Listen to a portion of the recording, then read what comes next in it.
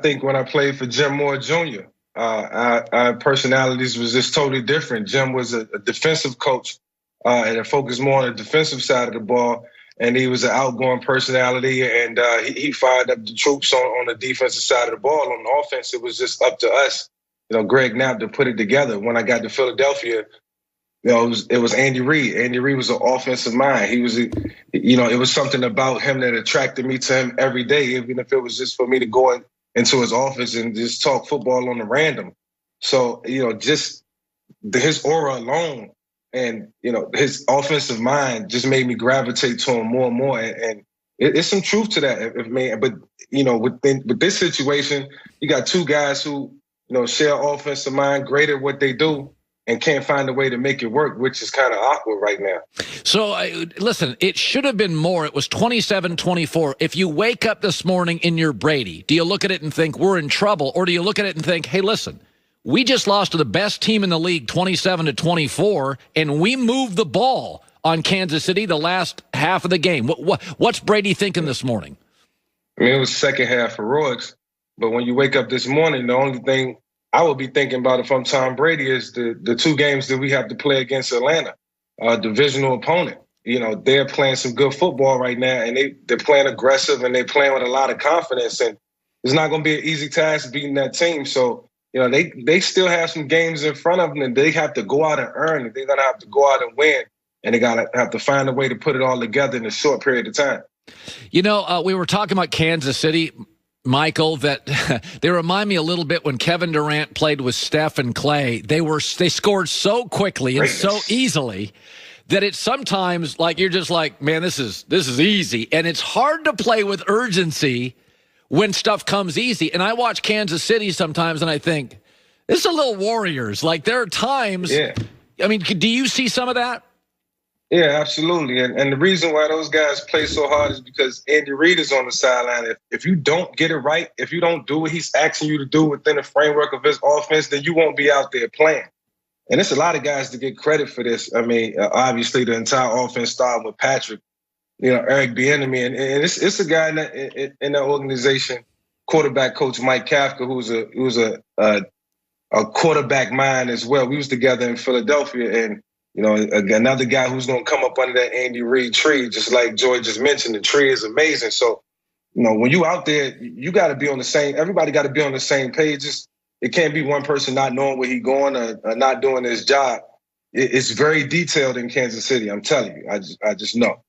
So tonight, I think it's one of the more interesting Monday Night Football games. Seattle is at Philadelphia. And I said this, is that when I watch Seattle, they've got all the ingredients of a Super Bowl team. They can play pretty. They can play physical. They're good on the road. I got Pete Carroll, Russell Wilson. They got playmakers. What's interesting is early in the year, they had no pass rush. But then they get Carlos Dunlap and Jamal Adams, and they have a young kid named L.J. Collier. And I watched him against Arizona, and I thought, oh, okay, here we go. All right, here we go. So if you go back to do you think, is it possible to solve a major problem with a football team halfway through a season? Yeah, it is possible. I think when coaches look at the things that you don't do right and see a way to correct it, the great coaches are going to be able to correct those players. And if the players buy into what the coach is saying, it's going to be easy for them to execute. I think defensively, it's easy to fix that side of the ball whenever it's turmoil. You just got to pay attention to detail. And I've seen that happen on several teams that I played on, specifically in 2011 when we was 4-8 and we needed to win the last four to finish 8-8. And we did it. And our defense stepped up and we was playing a totally different scheme. And, it was the attitude and the mindset of the guys, but it was also them buying into the scheme and just believing in it because they didn't believe in it before. And we was able to rip off 4 straight. So it can be done. So I'm watching Kyler Murray yesterday, and he struggled against Belichick. And Belichick owns young quarterbacks.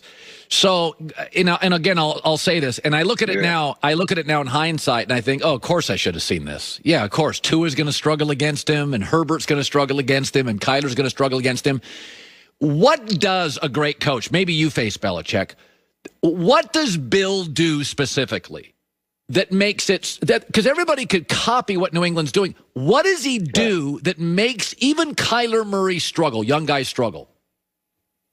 It's almost like Andy Reid. I think in the National Football League, you have coaches who are good coaches, and then you have coaches who are great coaches. And, Andy Reid is a great offensive mind.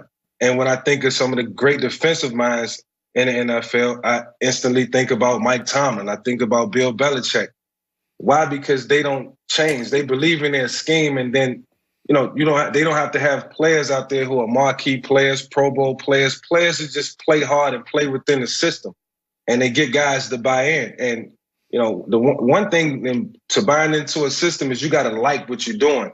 Players got to go home and say, "Oh, this scheme is amazing. We're gonna win with this scheme. I like it. We're gonna have opportunities. We're gonna create turnovers," and it becomes a reality. And when it does, it makes it easier to go out and play for a coach like Bill Belichick. But it all starts with the scheme. He's one of the greatest defensive minds the game has ever seen. What am I to make of Cleveland? They're 8-3. They clearly have taken the ball mostly out of Baker Mayfield's hands.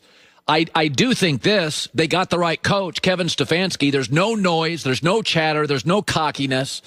But you look at them and you're like, I know they're 8-3. I don't like them again. I look at them and I'm like, I wouldn't like them against any of the good teams. What do you make of Cleveland? I'll say this, Colin. Everything that I accomplished in my career, and the way I had to do it, the way it had to happen, especially early on when I was in Atlanta, I would trade it all for the way the Cleveland Browns are playing right now. Running the football and defense. Baker Mayfield's job is so easy right now. We always talk about managing the game. This is a true scenario of a guy just managing the game and doing it the way it's supposed to be done. And, as he do it, they continue to win. He don't turn the ball over. He don't have to worry about distributing the ball and putting the ball in this person's hands or this person getting their touches. Baker Mayfield can just be Baker Mayfield. And credit to the Cleveland Browns organization for building this type of environment around him because it made their guy successful who's under the spotlight and under a lot of scrutiny.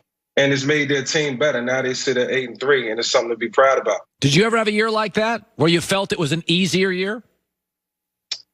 No. I can't think of a year where I came out of it like, man, the defense before. I take no credit away from the defenses I played with. I love every single teammate that I had.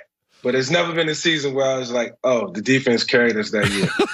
Not at all.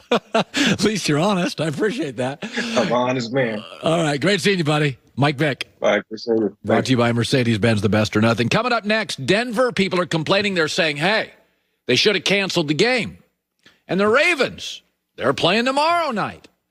Should the NFL cancel the games, push them down the road? I've got my thoughts on that coming up. Plus, calling right, calling wrong, top of next hour. There's new news from our friends in Austin, Texas at Tecovas Boots. If you know Tecovas, they know how to make leather goods, wallets, bags, men and women. Right now they have three new stylish women's boots on the market. And now they're launching Tecovas Ranchwear. Collection of products ready to work and play as hard as you do. The boots are made with rubber soles, removable insoles. Straight Western jeans look great, straight leg.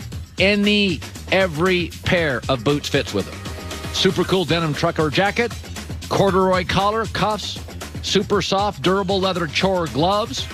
Everything you like about the Tecovas quality is found in all these new products. Quality, direct-to-consumer pricing, and service that can't be beat. Go check it out, tecovas.com.